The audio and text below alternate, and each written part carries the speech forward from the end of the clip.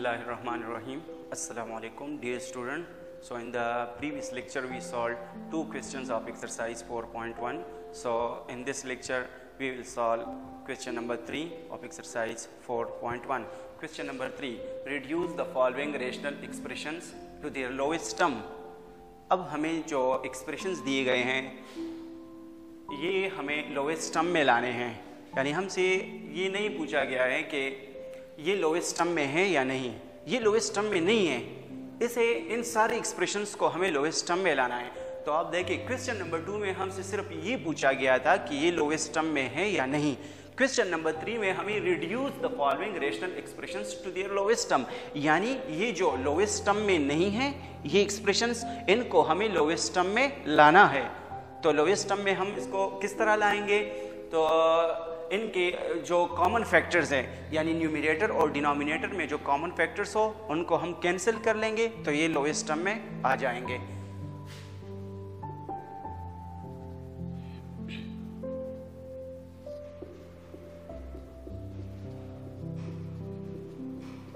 अच्छा, वो आप देखिए x - 5 over x square - 5x, इसको मैं इस तरह लिख सकता हूँ x - 5 over x square means x multiply x minus 5x means 5 multiply x। अब आप देखें x और x इन दोनों में से दोनों टर्म्स में से x कॉमन है, तो मैं x को कॉमन लेता हूँ, टेकिंग x एज कॉमन,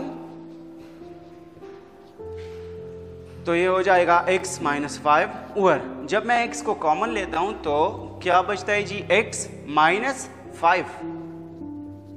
अब आप देखिए न्यूमरेटर में भी x - 5 है और डिनोमिनेटर में भी x - 5 है, यानी कॉमन फैक्टर है। तो जब हम इसको कैंसिल करते हैं तो ये 1 आ जाता है, तो इसको हम लिख सकते हैं 1 ओवर x मल्टीप्लाई 1। तो हमारे पास इसका ये लोवेस्ट टर्म में किस तरह आएगा, ये इसका लोवेस्ट टर्म 1/x बन जाएगा। तो ये हुआ जी क्वेश्चन नंबर 3 में फर्स्ट एक्सप्रेशन को हम लोवेस्ट टर्म में लाया। अब सेकंड एक्सप्रेशन को आप देखें, सेकंड एक्सप्रेशन में ऊपर भी t-3 और नीचे भी t-3 है, तो आप इसको सिंपल कैंसिल कर ले तो क्या जी बच जाता है t³ ओवर t + 5, तो ये लोवेस्ट टर्म में हो गया। सही है। अब क्वेश्चन नंबर 3 में थर्ड एक्सप्रेशन को चेक करते हैं, x⁴ + 1/x⁴ over x square - 1 over x square. तो इसको हम लोवेस्ट टर्म में नहीं ला सकते। क्यों नहीं ला सकते, क्योंकि इसके न्यूमरेटर में भी इसके न्यूमरेटर और डिनोमिनेटर में कोई भी कॉमन फैक्टर नहीं है। अगर इन दोनों के बीच में ये पॉजिटिव साइन की जगह पे नेगेटिव साइन आता तो फिर भी इसको हम लोवेस्ट टर्म में ला सकते थे, लेकिन अब इसको हम लोवेस्ट टर्म में नहीं ला सकते क्योंकि ऊपर और नीचे कोई भी कॉमन फैक्टर नहीं है। So it is impossible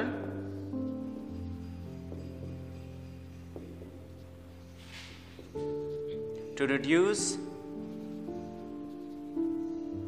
it is impossible to be reduced in its lowest term, इसको हम लोवेस्ट टर्म में नहीं ला सकते। Term term. अच्छा, अब क्वेश्चन नंबर 3 में फोर्थ एक्सप्रेशन को आप चेक करें, यहाँ पे 2a + 6 है और यहाँ पे a² - 9 है, तो न्यूमरेटर को आप देखें ये 2a ये इस तरह बन जाता है 2a + 6 over a² - 9, 2 multiply a + 3 multiply 2 over a² - b²।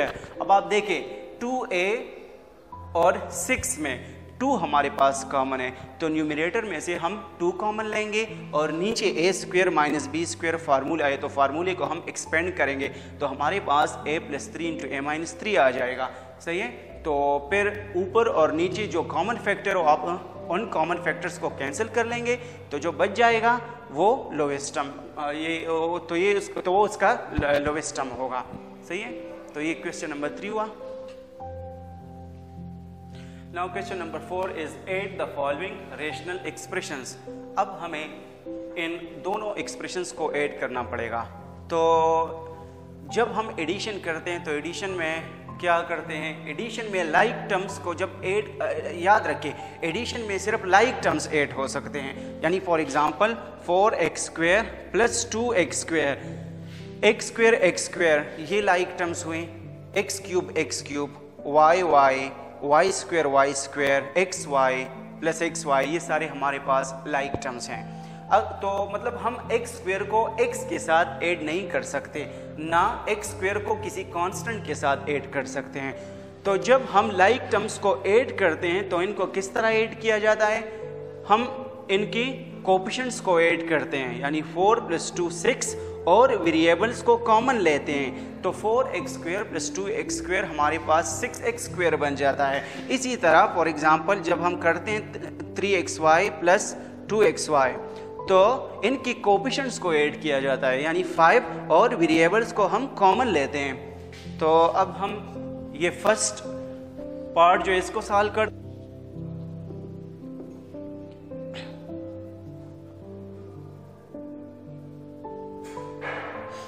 4x² - 5x - 10 plus,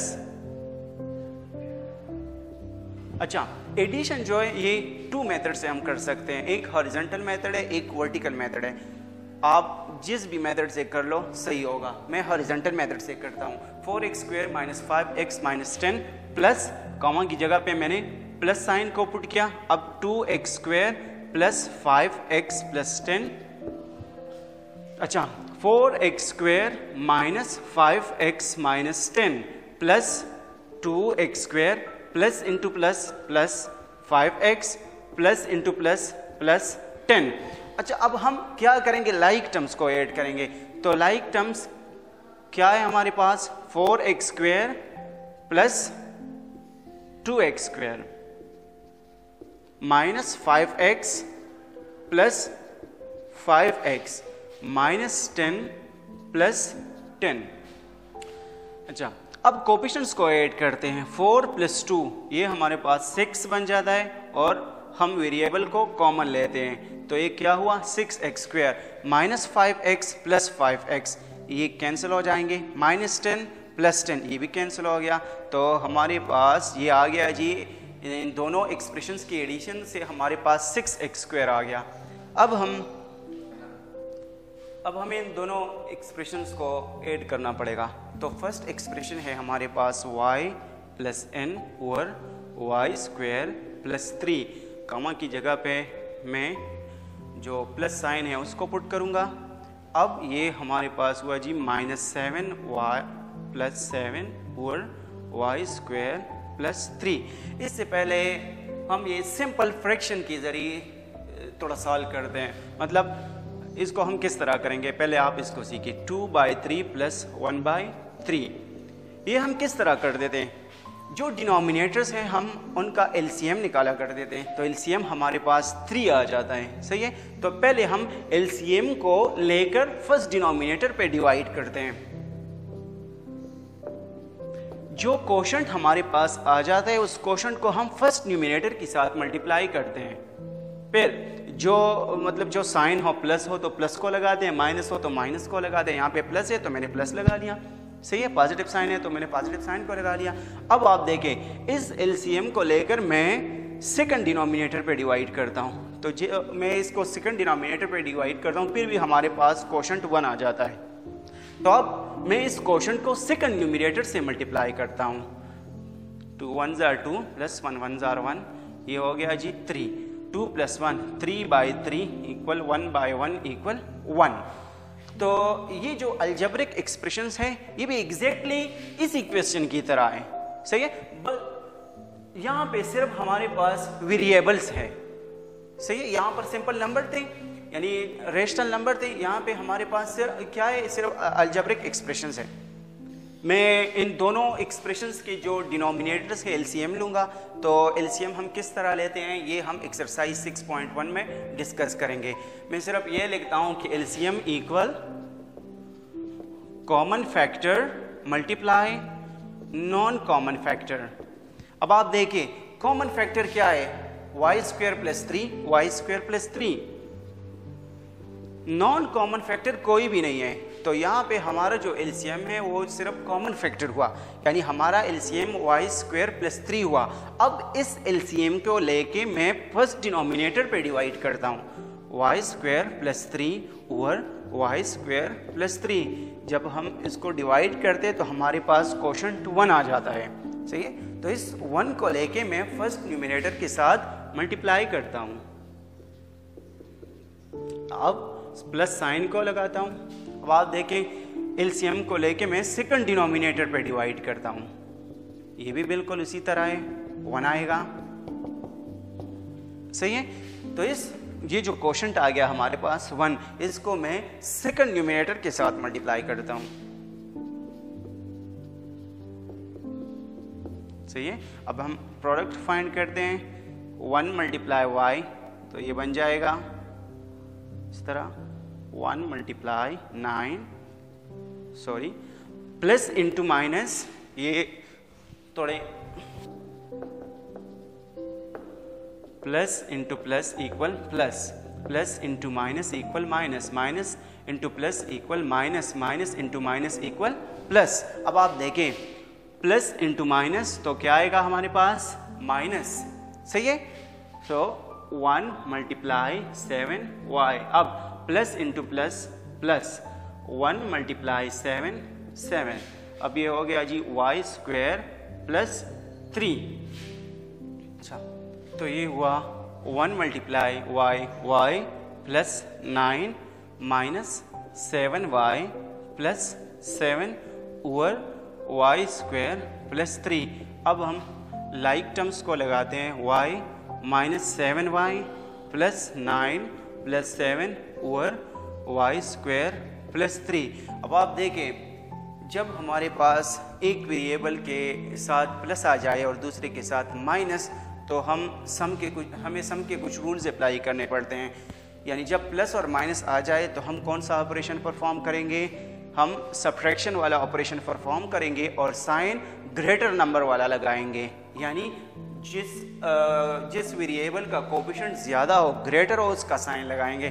तो 7y -y 6y, और यहाँ पर ग्रेटर कोएफिशिएंट वाला जो वेरिएबल है वो 7y है, इसका साइन क्या है, माइनस, तो इसको मैं -6y लिखता हूँ। अब +9 + 6, ये तो सिंपल है, 9 + 6 क्या हुआ, 16 ओवर y² + 3। इन दोनों एक्सप्रेशंस की एडिशन से आ गया -6y + 16 ओवर y² + 3। अच्छा, अब जो क्वेश्चन नंबर 4 में थर्ड पार्ट है, तो यहाँ पे हमारे पास दो एक्सप्रेशंस हैं, एक y ओवर y + 4, दूसरा 2y ओवर y - 4। इन दोनों को जब हम ऐड करते हैं तो मैंने आपको बताया इनका भी एलसीएम लेंगे। एलसीएम क्या होगा, common factor multiply non common factor. तो यहाँ पे हमारे पास कोई भी कॉमन फैक्टर नहीं है, तो हम एज ए एलसीएम इनको नॉन कॉमन फैक्टर लेंगे। फिर एलसीएम के लेके फर्स्ट डिनोमिनेटर पे डिवाइड करेंगे, जो क्वोशंट आ गया उसको फर्स्ट न्यूमिनेटर के साथ मल्टीप्लाई करेंगे, फिर बीच में प्लस वाला साइन लगाएंगे, फिर एलसीएम को लेके सेकंड डिनोमिनेटर पे डिवाइड करेंगे, जो क्वोशंट आ गया इसको 2y के साथ मल्टीप्लाई करेंगे। अब आप देखिए क्वेश्चन नंबर 4 में फोर्थ पार्ट को, ये है t ओवर t² - 25। ये जो बाकी पार्ट है इस क्वेश्चन का, इसको आपने खुद ही सॉल्व करना है, सही है, ये आपका होमवर्क हुआ। अब फोर्थ पार्ट जो है इसमें इसको इस तरह लिखेंगे, a² - b² प्लस, एक मिनट पहले इसका t over t² - 25 plus 3t over t + 5। तो ये t ओवर t² - 5² बन जाएगा, ये 3t ओवर t + 5 बन जाएगा। अब t ओवर ये t + 5 इंटू t - 5, ये a² - b² फार्मूले को मैंने एक्सपेंड किया, प्लस 3t ओवर t + 5। अब आप देखें इसका एलसीएम हम किस तरह निकालेंगे, तो common factor t + 5 multiply non common factor 50 minus 5। बाकी सेम मेथड है, एलसीएम को लेके फर्स्ट डिनोमिनेटर पे डिवाइड करना है, जो क्वोशंट आए फर्स्ट न्यूमिनेटर के साथ मल्टीप्लाई करना है, बीच में जो प्लस साइन है उनको उसको लगाना है, फिर एलसीएम को लेके सेकंड डिनोमिनेटर पे डिवाइड करना है, जो क्वोशंट आए उसको सेकंड न्यूमिनेटर के साथ मल्टीप्लाई करना है। ये भी आपका होमवर्क हुआ है, सही है। I think so this much is enough for today. Thank you very much, take care, अल्लाह हाफिज़।